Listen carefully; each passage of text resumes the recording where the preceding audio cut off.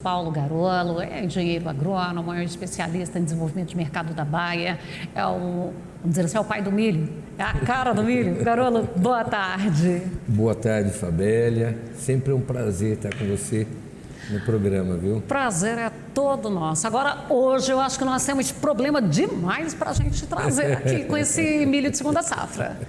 Pois é, acho que a gente vem observando, né? Esse ano já começamos com um atraso, né? E ainda tiveram outras coisas que foram acontecendo a nível de Brasil, né? Que foram trazendo visões novas para a agricultura como um todo, né? E também trazendo oportunidades para que a gente trabalhe mais e busque soluções, né? Isso, de certa forma, acaba estimulando o setor a sempre buscar inovações tecnológicas e soluções, porque vão aparecendo coisas e a gente tem que ir administrando cada uma delas, né?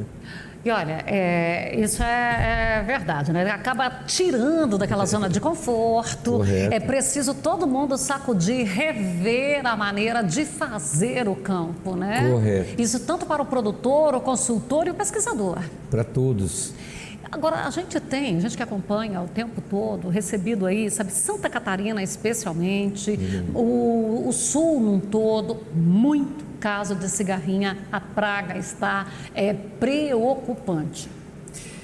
Eu venho acompanhando, né, faço parte inclusive de um grupo de especialistas que estamos estudando, isso digamos, é uma ação que foi liderada e começou com a CropLife Brasil. A gente tem tido sessões de discussões e buscas de soluções para isso, e a gente veio acompanhando, né, o que veio acontecendo agora no sul do Brasil. Embora houve também um certo maximizaram um pouco, começa a cair, principalmente agora que a gente tem o digital como um processo de comunicação toda hora na mão, né?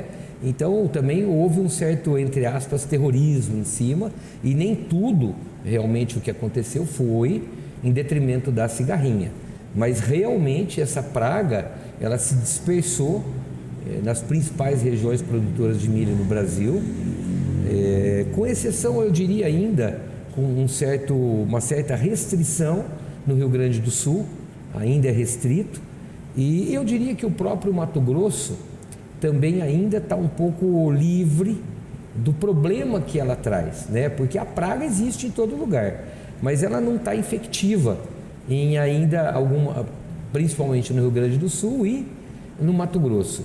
Existem algumas regiões do Mato Grosso que já está infectiva e já acendeu a luz amarela, né? Então, lógico que o cuidado tem que ser o dobro, para que não ocorra, então, a dispersão do inseto infectivo. E no Rio Grande do Sul também acendeu a luz amarela, porque o oeste de Santa Catarina, aí sim, lá nós tivemos realmente a presença da praga e de forma infectiva em boa parte da área, mas ali já estou na divisa. E a dispersão da praga e o fato dela não estar infectiva ainda nessas regiões, mas na proximidade, ela encontrando plantas infectivas, acaba que você vai aumentando a população de insetos infectivos, e isso aí acaba acontecendo um transtorno em curto espaço de tempo, né? Pois é importante a gente mostrar isso aí. Eu posso ter a praga e ela não estar infectada. Ela vai trazer ali só aquele transtornozinho mesmo da presença dela. Agora, se ela estiver infectada, aí vem o complexo de enfesamento. O que é que vem? Exatamente. E esse é o grande detalhe de todo esse processo. Eu não vou fazer a análise dela para saber se ela está contaminada ou não. E esse é um ponto que tem que estar na consciência das pessoas que você acabou de falar. A gente não tem como ainda, né? Nós não temos nenhum instrumento que possa nos ajudar a coletar o inseto e ver se está infectivo ou não está. Então, a princípio, eu não tenho como saber exatamente se está ou não está. O que existe hoje? Existem ações que estão sendo feitas, e aí é um mérito muito legal da ADAPAR, que é um órgão oficial do estado do Paraná. O Paraná, sim, está com uma infestação muito alta da praga infectiva, e o Paraná a ADAPAR tomou uma iniciativa, ela criou um programa na busca de já prever, de prevenção, Então ela tem um programa digital que ela própria criou e ela faz hoje a investigação nas áreas de soja de verão, coletando milho tiguera, pontuando primeiro onde tem o milho tiguera, depois ela vê se tem a praga e se tiver ela coleta a praga e manda para o laboratório para analisar. Dessa forma ela acaba mapeando as áreas de maior potencial risco e isso é muito importante. Por quê? Porque ela já cria um sistema de visão e de prevenção. Isso é uma forma de prevenir. Então ela está fazendo, a ADAPAR está fazendo isso, está mapeando e a gente vem discutindo a possibilidade de todos os estados onde essa praga já está presente e já numa população que chama atenção, e de repente aderir a um programa assim também e começar a fazer isso, porque isso nos traz o que a gente chama de previsibilidade. Eu começo a prever aonde eu tenho maior risco de ocorrência. E quando a gente pensa numa região geográfica, então vamos pegar talvez uma unidade da federação, um estado. Eu posso ter regiões dentro do estado com maior risco e regiões de menor risco. Como você está falando aí, o oeste de Santa Catarina, porque a gente tem recebido lá da FAESC, está uma situação muito complicada, a pressão está muito alta. Exatamente. E de repente existe outra parte de Santa Catarina que já está muito menos, ou nem está ainda. Mas como eu já tenho uma parte, então eu preciso tomar as medidas ali e tentar também não deixar isso evoluir. Porque um outro problema que acontece, Fabíola, você vai memorizar. Nós começamos, inclusive, com esse trabalho de divulgação, e você fez parte desse processo, desde o início de 2015, quando nós gravamos os primeiros programas, junto com você, inclusive, falando da cigarrinha, falando do complexo de enfesamento e tudo, que começou acontecendo aqui na nossa região, no filão baixo de Goiás, que a gente chama, né? A região baixa de Goiás. Santa Helena, começou ali, Santa Helena, a região baixa de Rio Verde, e se estendeu até as ilhas de Tumbiara. Nós fizemos a programação. Agora, isso foi no ano de 2015. Nós estamos agora em 2021. Passaram-se 6 anos. Naquele momento que nós fizemos aquele trabalho, nós estávamos quase que uma situação endêmica da doença. Por quê? Porque era aqui.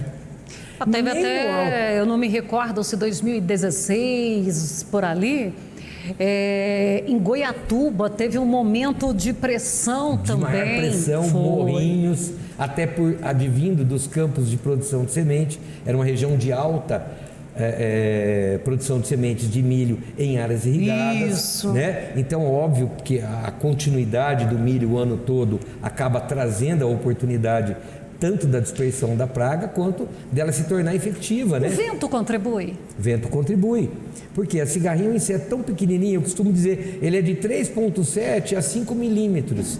Ele é tão pequenininho, tão leve, que ele percorre distâncias que a gente não consegue nem mensurar via vento. O próprio vento dissemina a praga. Então, esse particular... Então, não tem assim 6 anos, Fabíola. Para saber exatamente. Não, nós estamos falando de 6 anos. Em 6 anos, nós estamos falando que uma coisa que quase que começou aqui, ela não começou aqui porque em 2014 teve também um foco meio que endêmico na Bahia, mas muito pequeno. O maior filão começou aqui de novo. O que aconteceu? Em 6 anos, nós estamos falando até de estar chegando no Rio Grande do Sul. Em 6 anos. Então, quer dizer, ela, de um modo geral, ela não acontece da noite para o dia. Não, ela tem uma história. Ela vai se dispersando, ela tem uma história. O que faz isso acontecer muito fortemente é a continuidade de milho que nós temos no Brasil, plantio o ano todo. Isso é uma oportunidade que a praga tem de aumentar a população e dispersar. Então é óbvio que essa questão, o Brasil é um país privilegiado por condições climáticas e água, então a gente tem a oportunidade sim de fazer plantios de algumas culturas praticamente o ano todo. O milho é uma delas. Só que existem esses entraves, né? Às vezes a gente também acaba criando a oportunidade para uma determinada praga, e é o caso da cigarrinha. Eu quero deixar um abraço para o Ivan Bruxelli, sempre um participante muito ativo. A interação da cigarrinha e o percevejo barriga verde se isso aí deve ter um monitoramento e controle. Ele também quer saber se o percevejo castanho da raiz do milho, se a braquiária que tem sido feita em anos anteriores, se ela tem agravado o problema. Então já vou te jogar tudo aí e só para eu já chamar você para não perder, depois de amanhã a professora Jurema Rates estará aqui conosco e assim como o Garolo é o pai da cigarrinha, a Jurema é a mãe dos percevejos. Exatamente. Realmente, assim, a parte do percevejo, a gente também trabalha com isso, mas a doutora Jurema, ela vai vir aqui, ela vai fazer a explanação mais adequada para o assunto. Em relação à cigarrinha e à braquiária na questão da cigarrinha, o que eu costumo dizer é o seguinte: enquanto não se prove ao contrário cientificamente, existem especulações, mas cientificamente, a cigarrinha ainda no Brasil é tida como um inseto monófago e que se alimenta e se reproduz basicamente na cultura do milho. Então, por isso que a gente chama a atenção da ponte verde, por isso que a gente comenta do plantio do milho o ano todo e isso auxiliando a dispersão. A braquiária, ela pode ser usada pela cigarrinha como um abrigo. E isso sim acontece. Então, é comum a gente ter no sistema agrícola hoje, principalmente no milho de safrinha, e algumas regiões do Brasil, principalmente o Mato Grosso do Sul, é comum eles fazerem o plantio da braquiária rosisiensis na entrelinha do milho e fazer o mulching para matéria vegetal para você depois vir com o plantio direto, né? Então você vai fazer a palhada através da... E dá um verde seca que... É fantástico. Eu passei agosto, um ano eu passei aí em agosto, as áreas verdes era onde eu tinha tido braquiária. Não tenha dúvida, isso aí é fantástico. Agora, é lógico, toda vez que você adiciona ainda mais um vegetal dentro do sistema, o cuidado tem que ser o mesmo para todos que estão lá dentro. Então a cigarrinha se abriga sim na braquiária e se ela encontrar um lugar para abrigo, ela vai, é lógico, até aumentar um pouco a população, é normal, natural. Por quê? Porque ela encontra um abrigo. Então é um abrigo, mas isso não tem impacto direto no sentido de aumentar a quantidade de agentes causais, que são as bactérias e o vírus. Isso não acontece e ela também não se reproduz na braquiária. Então ela usa a braquiária como um abrigo e depois ela volta a infectar o milho. E uma coisa que acontece é que às vezes nessa sucessão você tira o milho de safrinha, entra com a soja de verão e depois você tem às vezes até um adendo, uma mata ou algum outro vegetal paralelo que ela possa se abrigar. Aí você planta a soja, vem o milho tiguera, ela vem e infesta o milho tiguera. Então aí precisa ficar muito atento. O milho tiguera é um dos primeiros passos. Na cartilha, a gente tem uma cartilha, até está em domínio público, foi divulgada pela CropLife Brasil, como eu falei, isso está em comum acordo com a indústria, todas as empresas da indústria e também a Embrapa. Em conjunto, nós trabalhamos uma cartilha, hoje ela está no domínio público, no site da CropLife, onde tem os principais passos do manejo.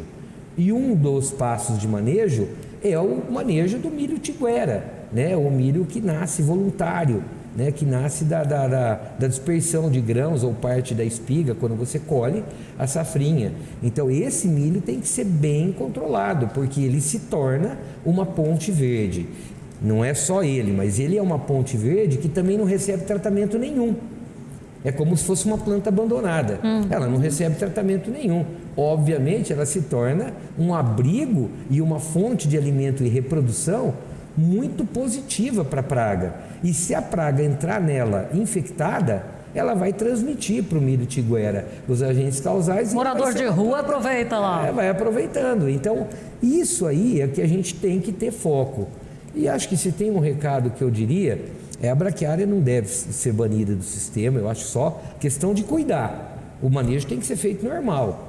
E ela vai ter lá? Vai. Ela vai se abrigar lá? Vai. Então eu tenho que fazer um manejo intenso, normal, como eu vou fazer independente de ter ou não ter, né? Então não se bane a braquiária rosisiensis do processo. Agora, o que a gente precisa para manejar direito essa praga é ter uma conscientização dos agricultores de todos os lugares, principalmente das áreas de alta pressão, que precisa manter o monitoramento e o controle dessa praga, e principalmente nos estágios iniciais, que a gente chama estágio vegetativo, de primeira folha expandida até a 8ª folha expandida.